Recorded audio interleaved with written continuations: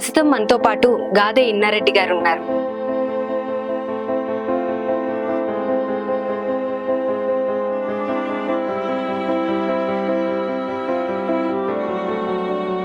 ఆ pink colour ఒక ప్రత్యేకత ఏంటి అసలు? 2000 సంవత్సరంలో ఈ గులాబీ జెండాని రూపొందించడం, ఉద్యమ ఆకాంక్షలు ఇంకా నెరవేరలేదు కాబట్టి ఈ గులాబీ జెండా ఒక ఆశ్రమం, అనాథాశ్రమం పెట్టాలి అనే థాట్ అసలు మీకు ఎలా వచ్చింది? ఎక్కడ బీజం పడింది? ఈ ప్రపంచ చరిత్రలో ఈ చరిత్ర గమనాన్ని మార్చిన వాళ్ళు ఎక్కువ మంది అనాథలే.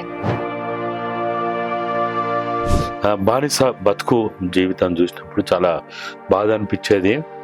ఇక నేను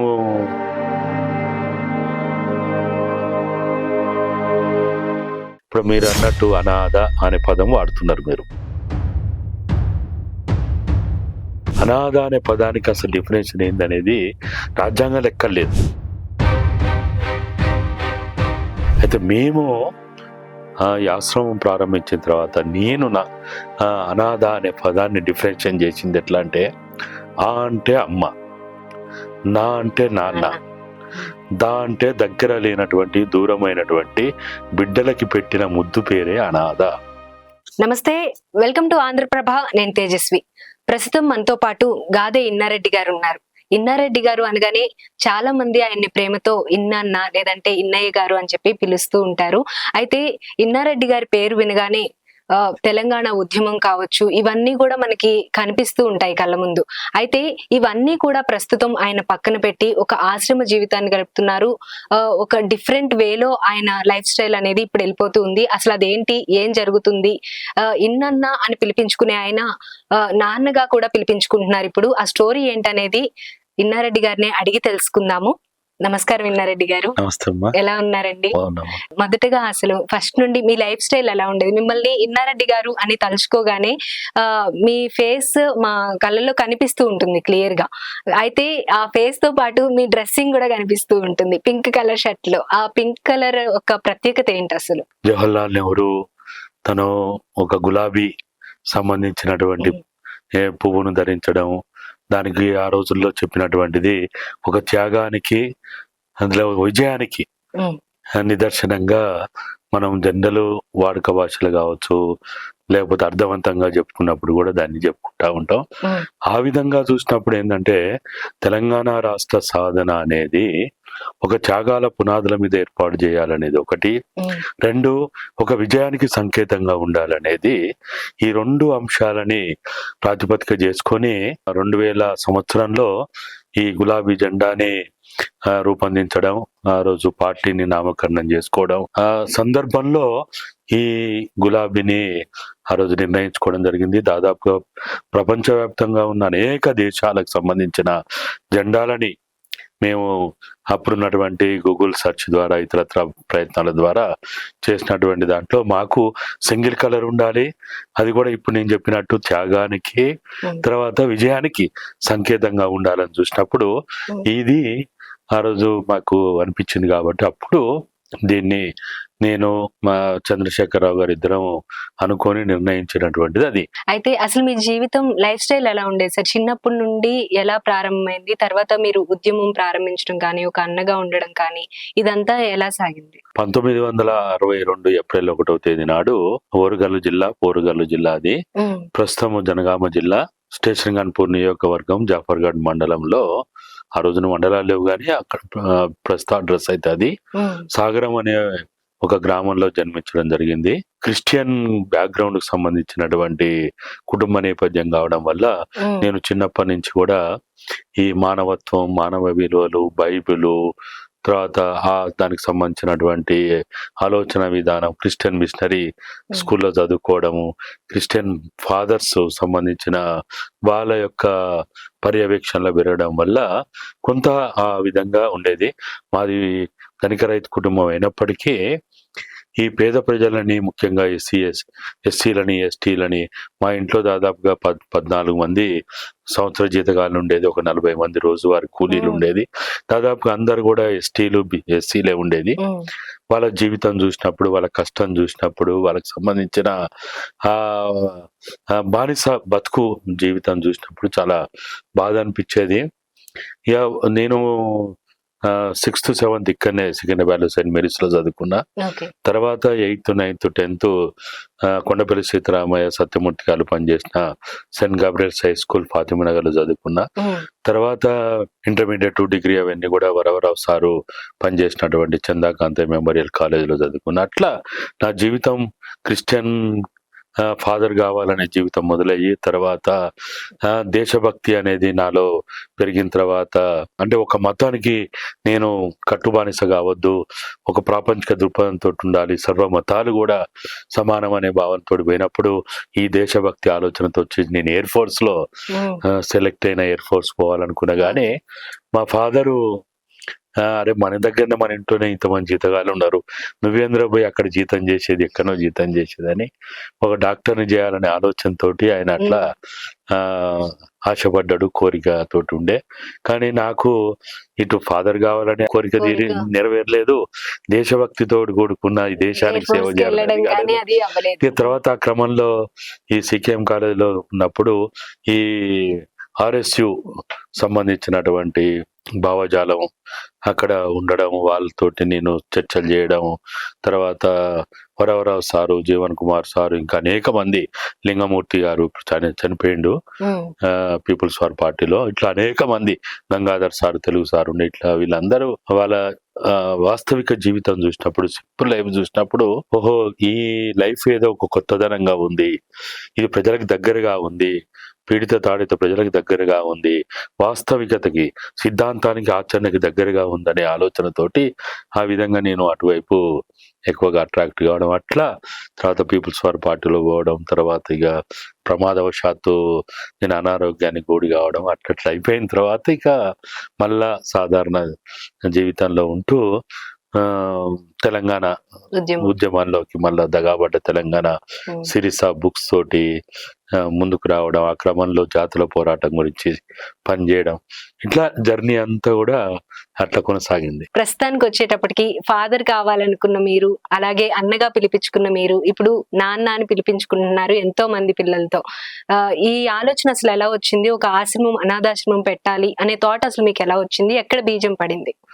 నేను తెలంగాణ ఉద్యమంలో పాల్గొంటున్న క్రమంలో ఇక్కడ 2004లో కేసులలో నేను చల్లపల్లి జైల్లో సుమారు 5 మాసాలు ఉన్నప్పుడు, నేను దాదాపుగా 1980s నుంచే వరంగల్ సెంట్రల్ జైలు కావచ్చు, Musheerabad central jail, Chittalaguda central jail, ఇట్లా ఈ రాష్ట్రంలో ఉన్న చాలా జైళ్లలో నేను అండర్ ట్రయల్ ఖైదీగా, అండర్ ట్రయల్ యూటీ నేరస్తునిగా నేను ఉన్నప్పుడు, అక్కడ ఉన్నటువంటి చాలా మంది యూటీ కానీ, చెప్తే చిన్న చిన్న 6 నెలలు, సంవత్సరం శిక్ష పడ్డోళ్ళు కానీ చూసినప్పుడు, అప్పటి నుంచి కూడా నేను అబ్జర్వ్ చేసినప్పుడు ఎక్కువ మంది తల్లిదండ్రులకు దూరమైన వాళ్ళు, తల్లిదండ్రుల ప్రేమకు దూరమైన వాళ్ళు, తల్లిదండ్రులను కోల్పోయిన వాళ్ళు, లేకపోతే చిన్న ప్రాయం నుంచి తల్లిదండ్రులు ఎవరో తెలియని వాళ్ళు, ఈ విధంగా ఉన్నటువంటి వాళ్ళే వీళ్ళు ఖైదీలుగా నాకు అక్కడ కనపడడం, ఇదంతా చూస్తా అన్నట్టు. చిన్న చిన్న కేసులు, పిట్ ప్యాకెటర్ అని, స్నేక్ చాసర్స్ అని, లేకపోతే ఇంకా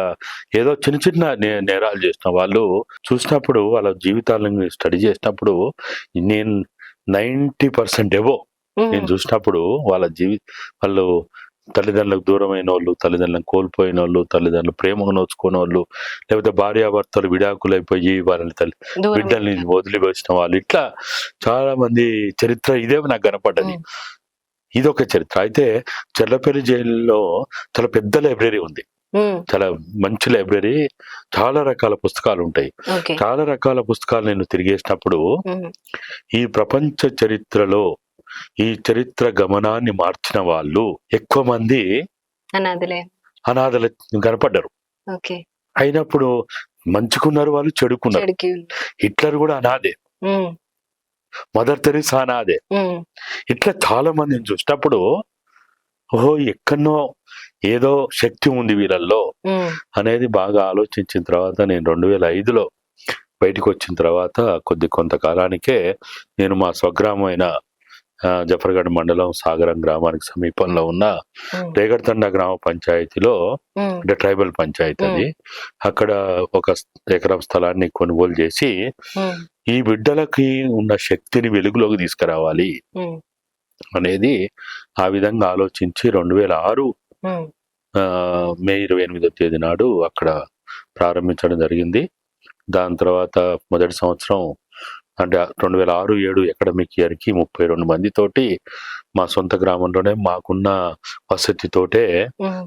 మేము అక్కడ ప్రారంభించి తర్వాత మేము పర్చేజ్ చేసినటువంటి ఆ రేగడతండ గ్రామ పరిధిలో ఉన్న ఆ స్థలంలో ఎకరం స్థలంలో పక్క ఆర్సీసీకి సంబంధించిన కన్స్ట్రక్షన్ చేయడం ఇవి స్టార్ట్ అయింది. ఉమ్, 2006లో ప్రారంభించబడినటువంటి ఆశ్రమం, మీరు అన్నట్టు ఇది అనాథల ఆశ్రమం కాదు, మా ఇల్లు అందుకనే దీన్ని మా ఇల్లు మా అన్నాం. ఇల్లు ఉమ్, మా ఇల్లు అని కూడా ఎందుకు అంటున్నామంటే, ఇప్పుడు మీరున్నారు, ఇక్కడి నుంచి ఎక్కడికి పోతాం అంటే మా మా ఇంటికి ఇంటికి పోతాం వెళ్తాను అంటాం, అంటాం. నేను ఎక్కడికి పోతా అంటే మా ఇంటికి పోతా అంటాం. కానీ తల్లిదండ్రులకు దూరమైనటువంటి వాళ్ళు, తల్లిదండ్రులకు కోల్పోయినటువంటి వాళ్ళు స్కూల్కి పోయినా, కాలేజీకి పోయినా, ఇంకెక్కడికి పోయినా మీరు ఎక్కడికి పోతా అంటే మా ఇల్లు మా ఇంటికి పోతాం అని చెప్పుకుంటే గర్వంగా ఉంటది. కాబట్టి అందుకనే మేము ఏం చేసినామంటే మా ఇల్లు అనే పేరు పెట్టినాం అన్నట్టు. టెక్నికల్ గా రిజిస్ట్రేషన్ మాత్రం ప్రజాదరణ సోషల్ వెల్ఫేర్ సొసైటీ అని, ఓకే. అంటే ప్రజల చేత ఆదరణ పొంది నిర్వహణ జరగాల్సినటువంటి ఆశ్రమాన్ని ప్రజాదరణ సోషల్ వెల్ఫేర్ సొసైటీ అని రిజిస్ట్రేషన్ కి పెట్టి, ఓకే. వాడుక భాషలో మాత్రం మా ఇల్లు మా ఇల్లు అనే పేరుతోటి మా ఇల్లు మన ఇల్లు ఇప్పుడు పీజీల ఎడ్యుకేషన్ వరకు. కూడా అక్కడ లోపలే జరుగుతుందా లేదంటే బయట స్కూల్స్ కి వెళ్తూ ఉంటారా? అది ఓన్లీ హోమ్. ఇప్పుడు మనకి ఎట్లయితే ఇల్లు ఎలానో ఇంకా అది కూడా వాళ్ళకు అన్నట్టు అక్కడ ఉండి నియర్ బై గవర్నమెంట్ స్కూల్స్ కి వెళ్తారు. స్కూల్స్ కి మాత్రం అన్ని గవర్నమెంట్ స్కూల్స్ కి వెళ్తారు. ప్రైమరీ స్కూల్ సపరేట్ ఉంది, గర్ల్స్ కి హై స్కూల్ సపరేట్, బాయ్స్ ని సపరేట్ హై స్కూల్ కి పంపిస్తాం. మన రజిత అనే అమ్మాయి మన ఇల్లులో పెద్ద అమ్మాయి ఆర్ఈసి, భారతదేశంలోనే ప్రతిష్టాత్మకంగా పిలువబడే ఆర్ఈసి రీజనల్ ఇంజనీరింగ్ కాలేజీ ఒకప్పుడు, ఇప్పుడు మనం ఐఐటీలకు సమానంగా ఉండేటువంటి దాంట్లో అక్కడ చదువుకున్నది. తర్వాత ఎంఎస్డబ్ల్యూలు, లాలు ఎల్ఎల్బి చేసిన వాళ్ళు, ఎల్ఎల్ఎం చేసిన వాళ్ళు, పీజీలు, డబుల్ పీజీలు, బీటెక్లు, ఎంటెక్లు, బి ఫార్మసీ, ఎం ఫార్మసీ, పాలిటెక్నిక్లు, ఫిజియోథెరపీ డాక్టర్లు, ఇట్లా నర్సింగ్లు అయితే చాలా మంది చేశారు. సుమారు 12 మంది దాకా నర్సింగ్ చేసిండ్రు. ఇట్లా అనేక మంది అనేక రకాలుగా వాళ్ళు చదువుకొని, కొంతమంది అందరికీ పూర్తి స్థాయిలో చదువు అవ్వకపోవచ్చు, ఎందుకంటే వాళ్ళు పుట్టిన తర్వాత వాళ్ళకి కనీసం ఒక వయసు వచ్చిన తర్వాత వరకు కూడా వాళ్ళని పట్టించుకున్న వాళ్ళు ఉన్నారు. వాళ్ళ గురించి కనీసం ఆరోగ్యం గురించి పట్టించుకున్న వాళ్ళు, చదువు గురించి పట్టించుకున్న వాళ్ళు ఉన్నారు. వాస్తవంగా చెప్పాలంటే నా దృష్టిలో ఇప్పుడు మీరు అన్నట్టు అనాథ అనే పదం వాడుతున్నారు మీరు. అనాథ అనే పదానికి అసలు డెఫినేషన్ ఏందనేది రాజ్యాంగాలు ఎక్కర్లేదు. మన రాజ్యాంగాలు ఆర్ఫన్, ఇంగ్లీష్ లో అయితే ఆర్ఫన్ అంటాం, తెలుగులో మనం అనాథ అంటున్నాం. అయితే మేము ఈ ఆశ్రమం ప్రారంభించిన తర్వాత నేను నా అనాథ అనే పదాన్ని డిఫరెన్షియేట్ చేసింది ఎట్లా అంటే, ఆ అంటే అమ్మ, నా అంటే నాన్న, దా అంటే దగ్గర లేనటువంటి దూరమైనటువంటి బిడ్డలకి పెట్టిన ముద్దు పేరే అనాథ. అమ్మకి నాన్నకి దూరమైనటువంటి దగ్గర లేనటువంటి దరి లేనటువంటి వాళ్ళకి పెట్టిన ముద్దు పేరే అనాథ అనేది నా భావన. మరి ఈ అమ్మ నాన్నకి దూరమైనటువంటి వాళ్ళు, దగ్గర లేనటువంటి వాళ్ళు, రక్షణ లేనటువంటి వాళ్ళు, పోషణ లేనటువంటి వాళ్ళు, ప్రేమ ఆప్యాయతలు లేనటువంటి వాళ్ళని, వాళ్ళకి ఎవరు అసలు అమ్మా నాన్న? ఇది ఒక పెద్ద ప్రశ్న ఇది. అందుకని మేము 2006లో ఆశ్రమం పెట్టిన తర్వాత 2007 నుంచి మాకు ఇటువంటి సమస్యలన్నీ ప్రారంభమైనాయి. వీళ్ళకి స్కూల్లో అడ్మిషన్ కావాలంటే వీళ్ళకి సర్నేమ్ రాయాలి, తల్లిదండ్రుల పేరు రాయాలా, క్యాస్ట్ రాయాలా, రిలీజియన్ రాయాలా, నేషనాలిటీ రాయాలి, ఇవన్నీ రాయాలా. మరి తల్లిదండ్రులు ఎవరు అసలు? సర్నేమ్ ఏంటిది, క్యాస్ట్ ఏంటిది తెలిసిన వాళ్ళు ఓకే, తెలియని వాళ్ళు. అప్పుడు 2007-08లో ప్రారంభమైనటువంటి సమస్య ఇది చిలికి చిలికి గాలివానైనట్టు మేము అప్పటికి నాకు కొన్ని పరిచయాలు ఉండడం, రాజశేఖర రెడ్డి గారు ముఖ్యమంత్రిగా ఉండడం, ఆ సమయంలో నేను ఈ విషయాన్ని అక్కడికి తీసుకుపోవడం, ఛాయారతన్ మేడం గారు అప్పుడు ప్రిన్సిపల్ సెక్రటరీగా ఉమెన్ అండ్ చైల్డ్ వెల్ఫేర్కి ఉండడం, ఆమెను అప్రోచ్ కావడం, ఇట్లా దీన్ని ఆ రోజుల్లో 2008-9లో రాజశేఖర రెడ్డి గారు నాకున్న పరిచయం వల్ల వాళ్ళకి ప్రత్యేకమైన కొన్ని జీవోలు తీసుకురావడం ఏదో జరిగింది. తర్వాత ఆధార్ అనేది ఇంట్రడ్యూస్ అయింది. ఆధారు వీళ్ళకు హోమ్ లో ఉంటారు కాబట్టి, వీళ్ళకు తల్లిదండ్రులు అడ్రస్ ఏది లేదు కాబట్టి అదొక ప్రాబ్లం అయింది. తర్వాత వీళ్ళకి మన ఆశ్రమంలో ఉన్న పిల్లలకి స్కూల్లో నేషనల్ టెస్ట్ రాసి స్కాలర్షిప్ ఎలిజిబిలిటీ వచ్చినా గానీ బ్యాంక్ అకౌంట్ ఓపెన్ చేయడానికి ఎలిజిబిలిటీ లేదు. ఎందుకంటే వీళ్ళకి అడ్రస్ ప్రూఫ్ లేదు. బ్యాంకు పోతే నేషనల్ బ్యాంక్ ఎక్కడ పోయినా గానీ అడ్రస్ ప్రూఫ్ కావాలి, అడ్రస్ ప్రూఫ్ లేదు, బ్యాంక్ అకౌంట్ తిరగడానికి వీల్లేదు, ఆధారు లేదు.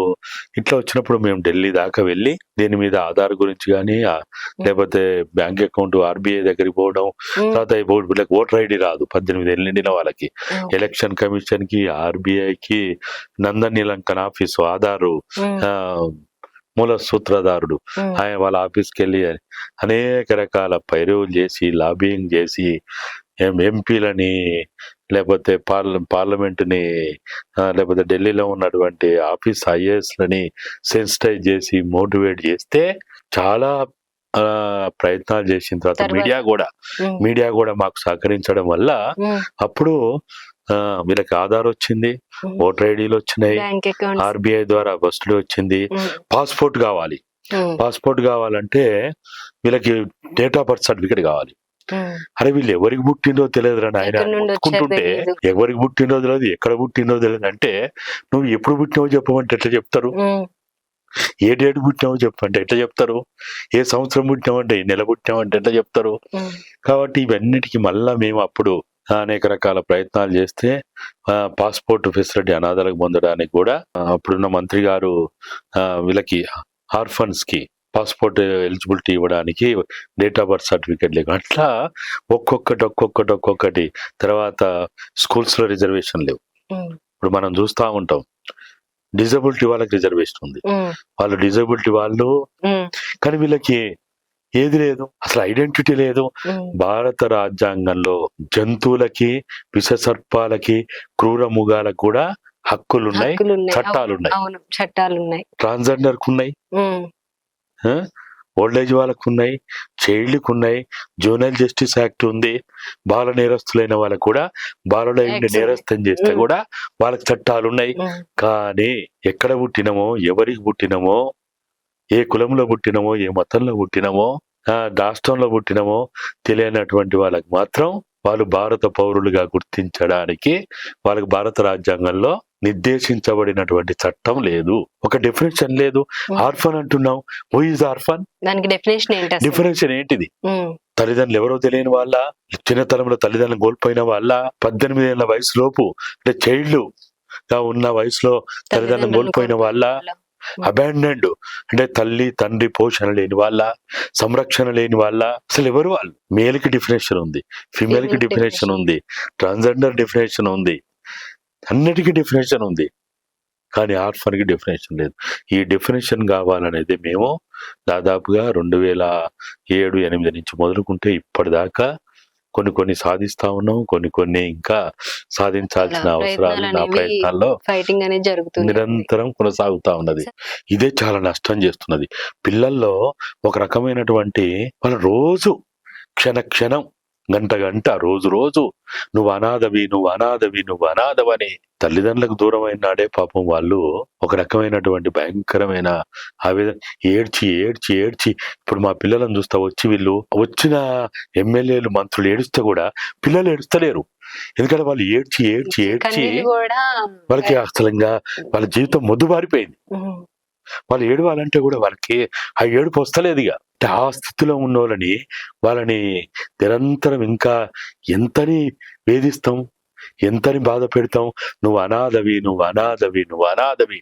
అని చెయ్యని నేరానికి ఒకవేళ నిజంగా వాళ్ళు దొంగతనం చేసి, ఒక నేరం చేసి, ఒక హత్య చేసి ఒక తప్పు చేసిన వాళ్ళే నువ్వు ఈ తప్పు చేసావంటే తీసుకోవడానికి రెడీగా ఉంటారు. లేరు. తల్లిదండ్రులు చేసిన తప్పు కావచ్చు, ప్రకృతి వల్ల జరిగిన తప్పు కావచ్చు, ప్రకృతి వైపరీత్యాల వల్ల జరుగుతది. అవును. ఇప్పుడు మన కోవిడ్ వల్ల ఉమ్. ఆ, తల్లిదండ్రులు చాలా మంది కోల్పోయిన తల్లిదండ్రులు వాళ్ళు కోల్పోయిన చాలా వాళ్ళు ఉన్నారు. మరి పిల్లల తప్ప?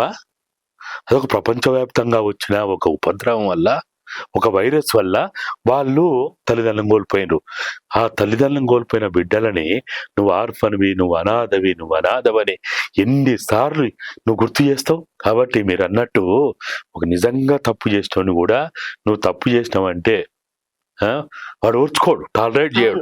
ఆ రకంగా ఉన్నటువంటి సమాజంలో మేము అందుకని ఏం చెప్తున్నట్టు ప్రభుత్వాలన్నిటికీ కూడా అనాథాశ్రమాలనే బోర్డులు పెట్టొద్దు, అనాథలనే పేరుతోటి పిలవద్దు.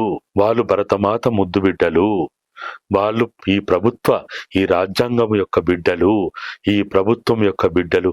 అసలు తల్లిదండ్రులు కోల్పోయిన వాళ్ళు, దూరమైనటువంటి వాళ్ళు ఎవరు? వాళ్ళు తల్లిదండ్రులు ఎవరు? వాళ్ళకి ప్రభుత్వమే తల్లి తండ్రి, ఈ చట్టాలే తల్లి తండ్రి, ఈ రాజ్యాంగమే తల్లి తండ్రి. సార్ ఇప్పుడు రీసెంట్ గా మంత్రి సీతక్క గారు మాట్లాడినప్పుడు కూడా వీళ్ళకి సంబంధించి పాజిటివ్ గా మాట్లాడారు. ఒక సపోర్ట్ అనేది కంపల్సరీ ఇవ్వాలి అని చెప్పి. దాని గురించి మీ ఉద్దేశం ఏంటి సార్? అంటే మంత్రులు ప్రకటనలు చేస్తుండ్రమ్మా. ముఖ్యమంత్రి గారు కూడా, అంటే పోయిన ముఖ్యమంత్రి గారు కేసీఆర్ గారు కూడా దీని మీద నేను అనుకుంటా మొత్తం 9.5 సంవత్సరాల్లో అతిపెద్ద క్యాబినెట్ సబ్ కమిటీ వేసిండు. 12 మందితోటి క్యాబినెట్ సబ్ కమిటీ వేసిండు. వేరే వాటి అన్నిటికంటే పెద్దది ఇది.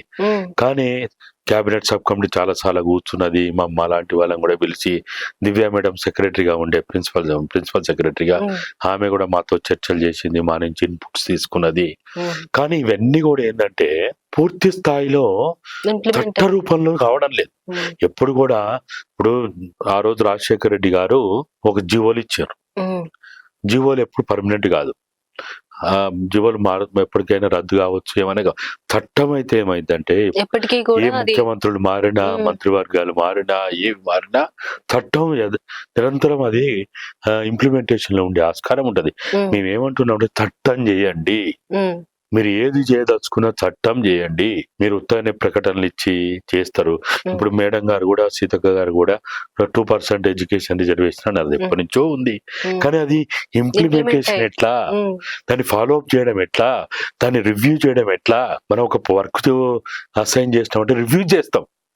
దీనికి ఒక సపరేట్ కమిటీ వేసి వాళ్ళతోటి రివ్యూ చేసి ఇంప్లిమెంట్ అవుతుందా లేదా, ప్రాక్టికల్ గా ప్రాబ్లమ్స్ ఏమన్నా వస్తున్నాయా, వస్తే ఎక్కడి నుంచి వస్తున్నాయి, ప్రైవేటు సెక్టార్ లో ఉన్న స్కూల్స్ లో, కాలేజెస్ లో, యూనివర్సిటీలో స్కోప్ ఉందా లేదా, లేకపోతే ప్రభుత్వ యూనివర్సిటీలు, స్కూల్స్, కాలేజీలు ప్రొఫెషనల్ కోర్సెస్ ఉందా లేదా.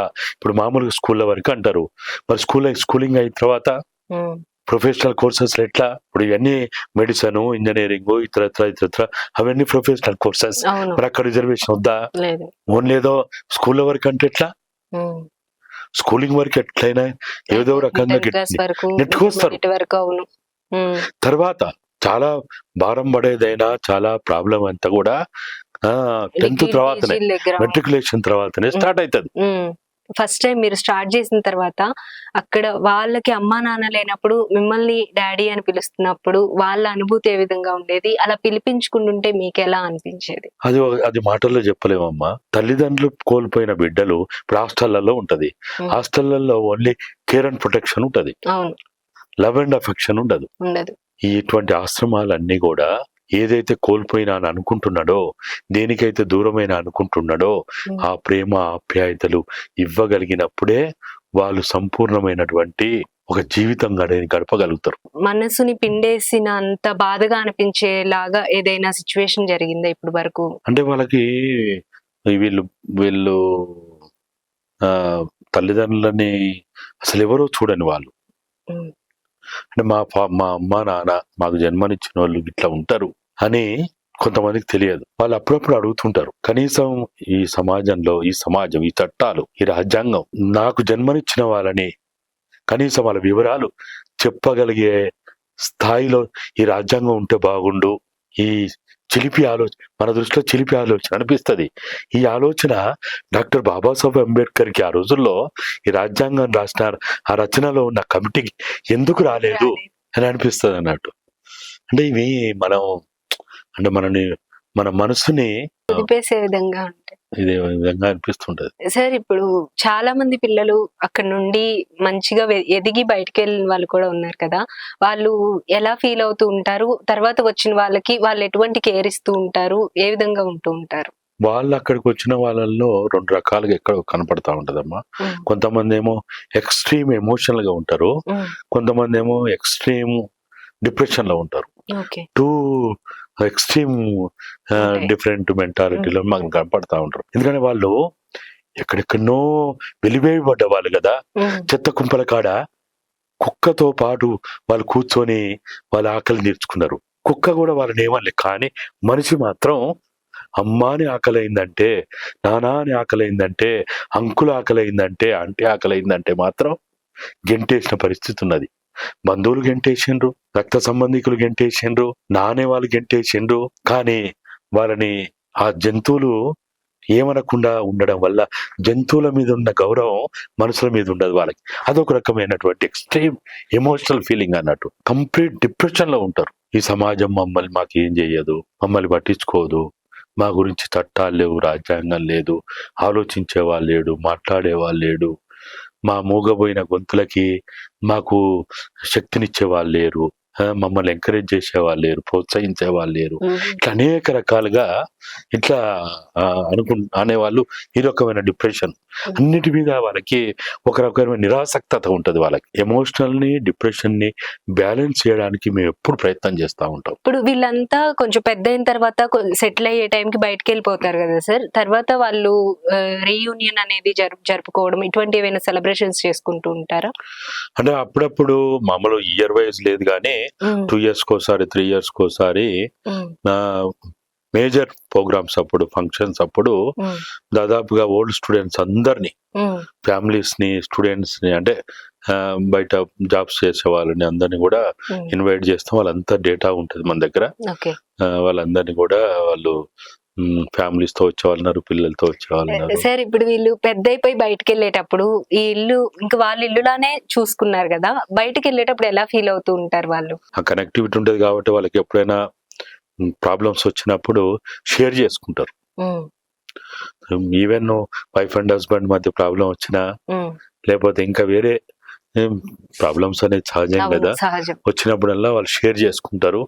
మేజర్ ప్రాబ్లమ్స్ వస్తే కూడా వాళ్ళ తల్లిగారింటికి పోయినట్టు, వాళ్ళ సొంత ఇంటికి పోయినట్టు అప్పుడప్పుడు వాళ్ళ భర్తలతో గొడవ అయిన వాళ్ళు కొంతమంది, భార్యలతో గొడవ అయిన కొంతమంది వస్తుంటారు అక్కడికి.